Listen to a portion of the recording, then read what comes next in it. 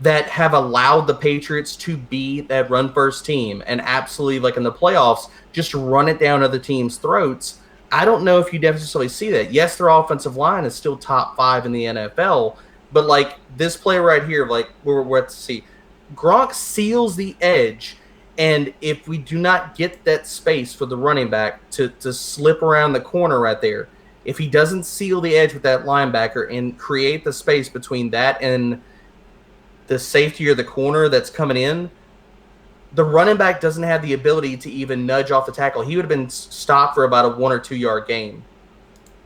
Then that's a pretty massive hole. I mean, we talked about some of the offensive line workings in our previous episode with Justin Edwards, but these are just, I mean, it's daylight, right? I mean, this is not the same type of traffic that running backs are probably used to seeing. They're used to seeing just absolute war zone with bodies going everywhere. But, I mean, what I believe this is Gillislee that's able to run this run up behind him. I mean, you don't get opportunities like this all the time. Well, and watch as he bends around the corner and creates just a little bit more separation to be able to get past the guy.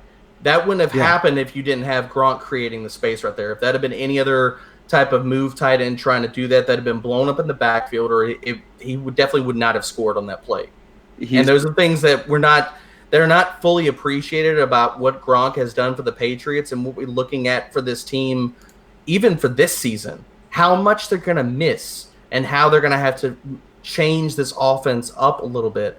Are we going to see more, inside zone? Are we going to see more pulled blockers to account for the fact that they don't have Gronk there to sit here and seal the edge this year?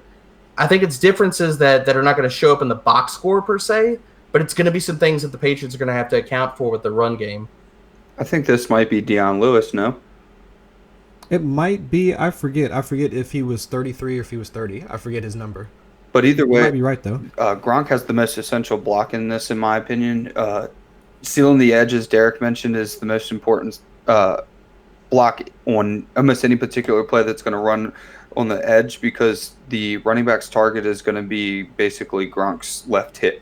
So here, that's Deion, by the way. When Gronk has the responsibility of sealing the edge, the reason this is important to look at is not because we just like to watch guys block efficiently. It's because this means that he stays on the field.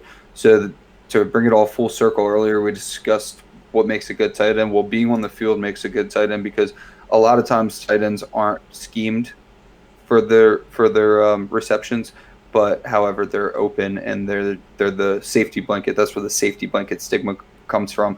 When you have a tight end that you can trust to seal the edge, like Gronk did here, like we want to think that Kittle will do going forward, that makes a big difference in fantasy, because he's never going to leave the field. And part of Gronk's legacy is that he did everything. He was a Swiss Army knife for the Patriots, and that's what makes a great tight end. So if you're looking at tight ends going forward, don't just look at your Evan Ingram being a big slot receiver, because, yes, that's great for fantasy, but when it comes time to block, it's not going to be Evan Ingram trusted to seal the edge. That's for sure, and that means that he's not going to always be on the field.